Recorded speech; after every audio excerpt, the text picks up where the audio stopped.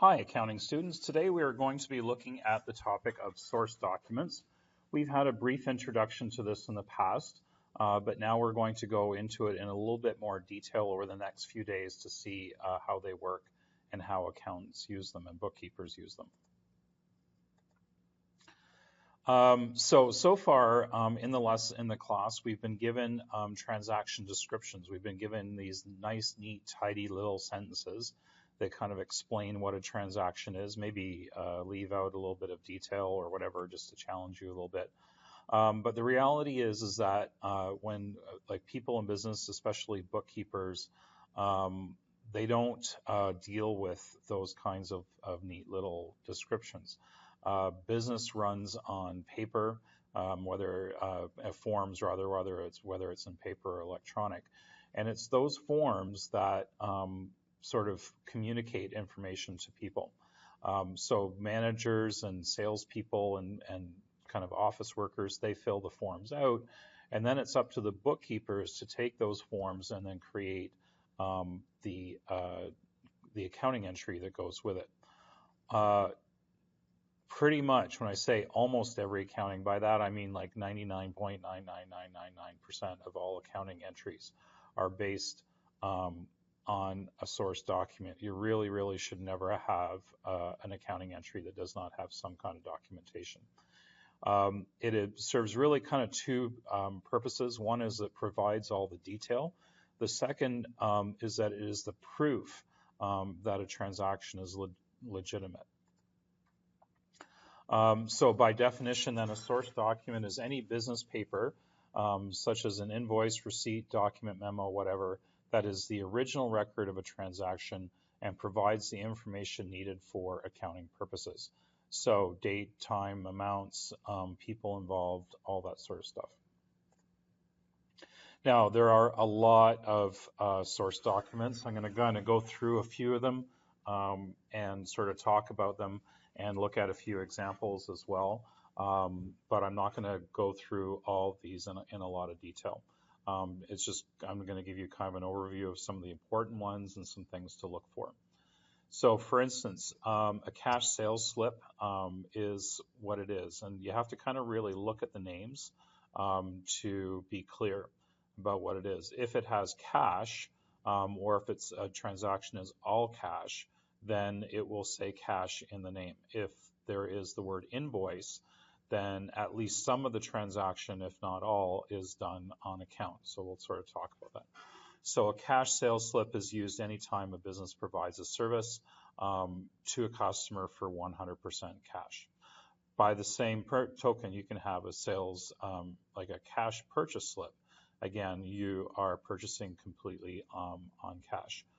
When we sell anything where a credit is used, so we're selling on account, even if it's for 1 penny and the rest is paid in cash, we're going to be using a sales invoice. By the same token, on the flip side, if we are purchasing something and even a penny of it is on credit, then we will be using a purchase invoice. Check copies, we're going to see a lot of those.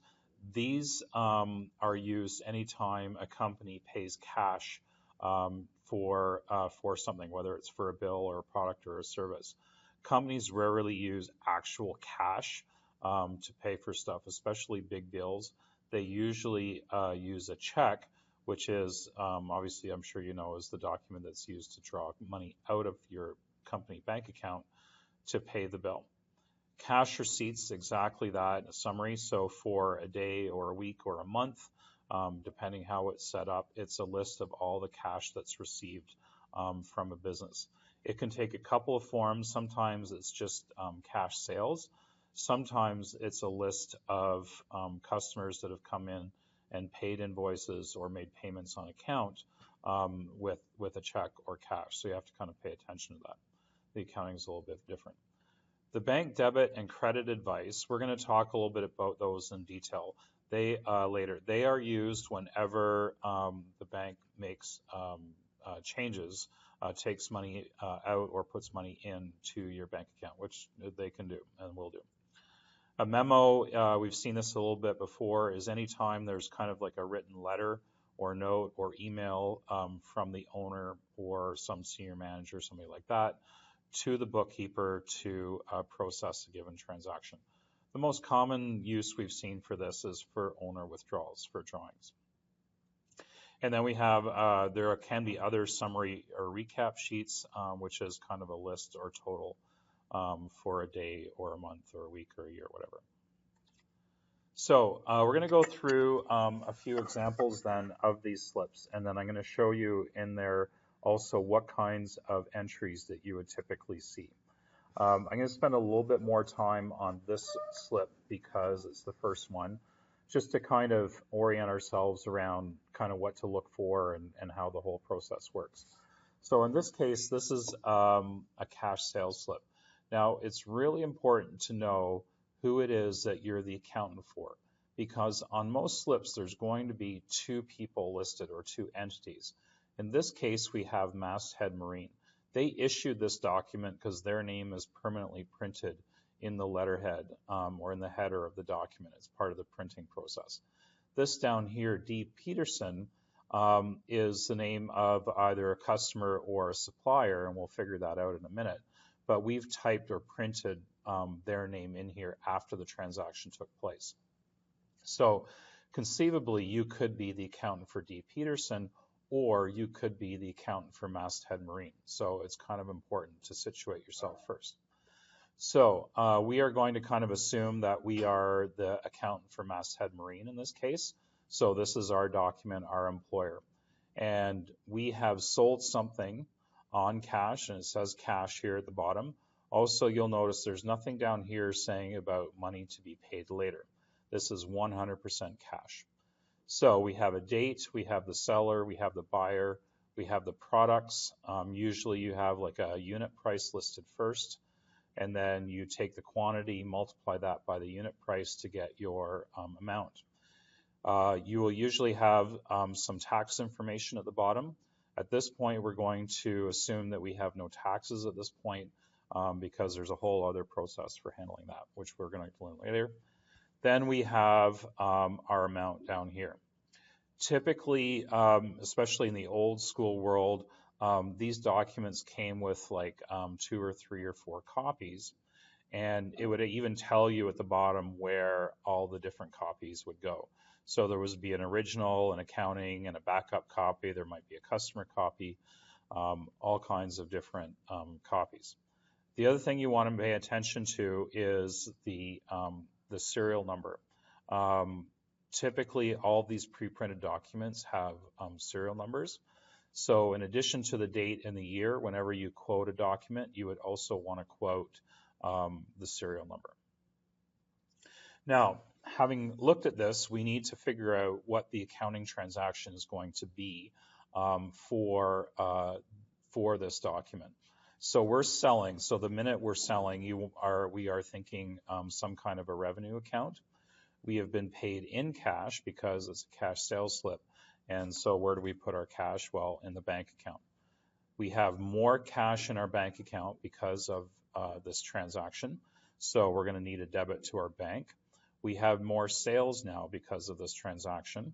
And since sales go up with a credit, we're going to need a credit. So then at the end of the day, then we're going to have a debit to our bank account and a credit to our sales account for equal amounts. In the explanation for this, you would typically see something as simple as cash sale. The next one we're looking at then is now a sales invoice. So basically the same scenario, except that in this case, some or all of the transaction is being done on account. So if I look down here at the total, we'll see here that it's $835.70. There's no mention here made about payment. So it is assumed that this is 100% on credit. Sometimes you'll see a line down here like partial payment for $100, in which case you would need to debit the bank account as well as account receivable, but we'll see that in a minute. Right. So again, looking at the information here, we have our document. This is our document. It will say sales invoice at the bottom. We have sold this merchandise or services, whatever this is, to S&S Boatworks on March 5th. The serial number for this document is 7198. So we would want to always quote both the date and the document number, and of course the document name as well. So here we have a whole bunch of different quantities. We have the unit prices. We do the extensions, so 6 times 220, 6 times $3. We get our total amount added up, and so the customer owes us $835. So the customer, being S&S Boatworks, now owes us more than they did before the transaction. We're going to receive this in the future, so it's an account receivable. So we're going to have an increase or debit to that. Our sales, just like before, in the last entry, is going to be $835.75 credit, or 70 cents rather. It's going to be a credit. Again, there will be many copies of this document. We don't necessarily need to know exactly how all that works for this course, but you need to be aware of the fact that there are different copies and they'll go to different places. The next one we're looking at is a sales summary. So this isn't cash. This is just a range of sales via different means of payment that have brought in. And sometimes businesses, depending what the transaction is or the nature of the business, they will summarize work like this, whereas some businesses will be very, very detailed and have everything categorized and classified and whatever. And so basically, when you see a summary like this, basically these are credit card sales and debit card sales, which essentially represent cash to us. We are paid sort of semi-immediately by the credit companies, by the credit card companies and the banks in the case of the debit. So all we're going to do is we're going to add up all these values. We have a return there, so there's a negative. We have, for this day, we have $743.18 in sales. So that is an increase to our cash or bank and an increase to our sales. So we would have debit our bank account, credit our sales account, and then the explanation would be something along the lines of sales summary for October 30th or something like that. Next, we have a purchase invoice. So now we are sort of flipping the roles here. We are still the accountant for Masthead Marine, and we have purchased something from General Engineering. Again, it works all the same. I know it's an invoice. Even down here, it doesn't really say that it's an invoice anywhere. But we have purchased something, and again, you'll see there's no mention down here of payment. Right, the total of the transaction is $241.50. If it doesn't say payment made, then it's assumed that it's on account. So in this case, we're going to have an account payable. When we look at the nature of the bill, it says here that there was a service performed with labor and some parts. So we have some kind of an equipment repair expense account probably. So we're going to debit that, and then our account payable, since we got to pay General Engineering in the future. Now, to flip this around, if you were looking at this from a General Engineering perspective, this would be a sales invoice, right? Because they're selling, we're purchasing.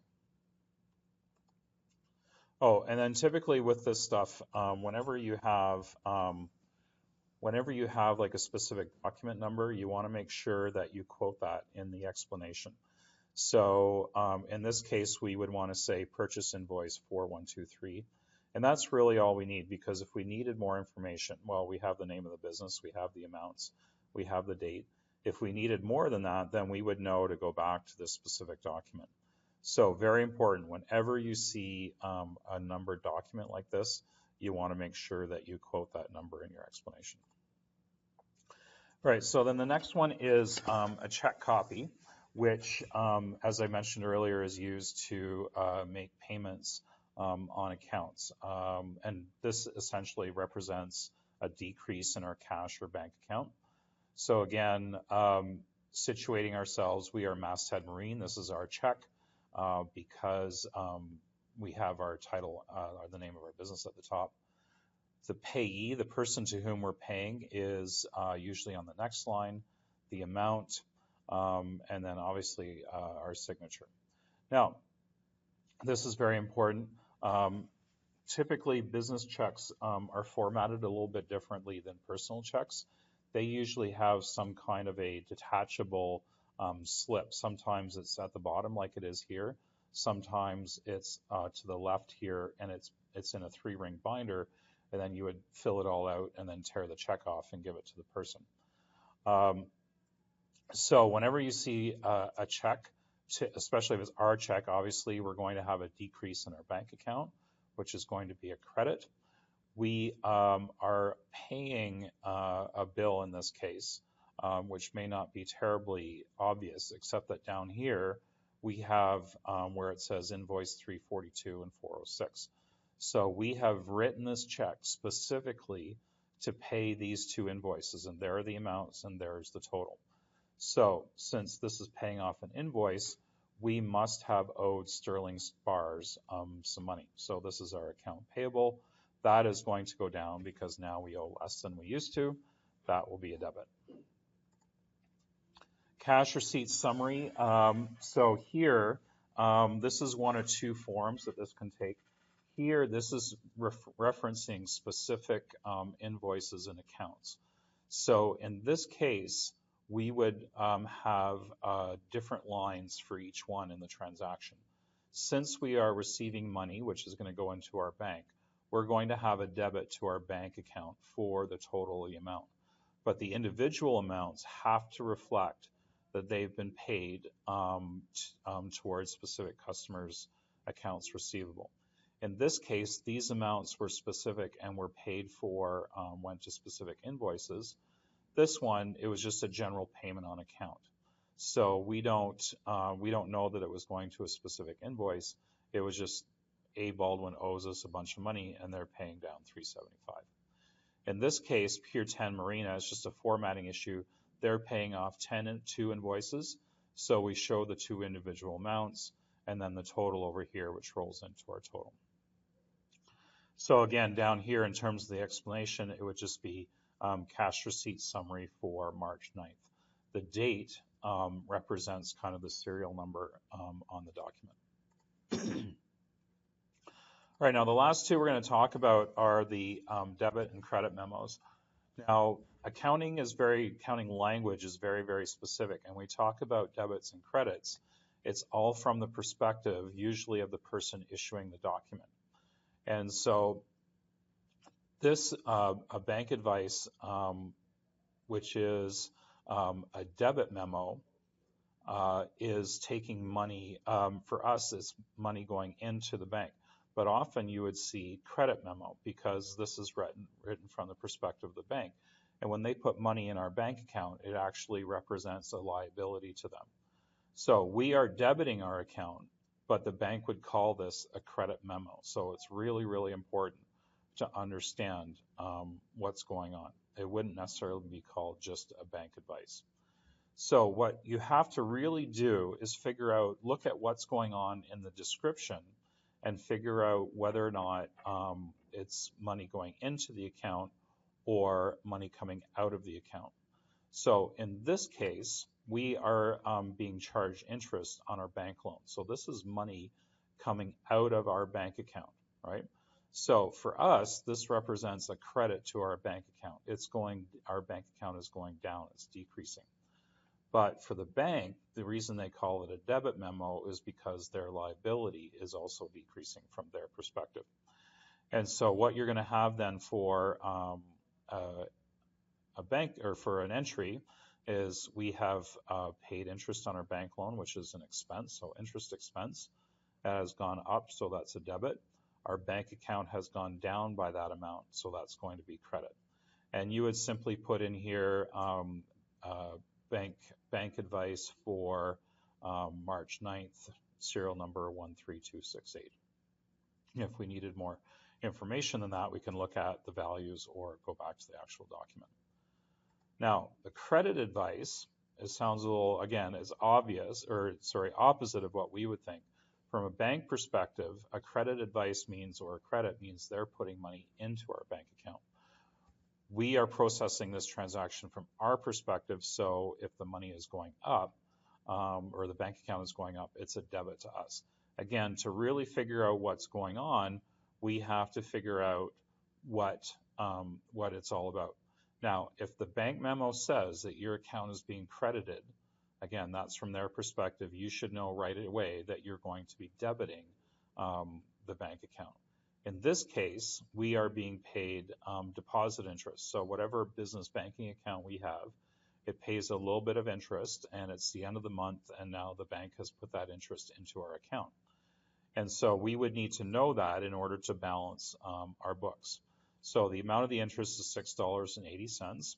This would be technically a form of revenue.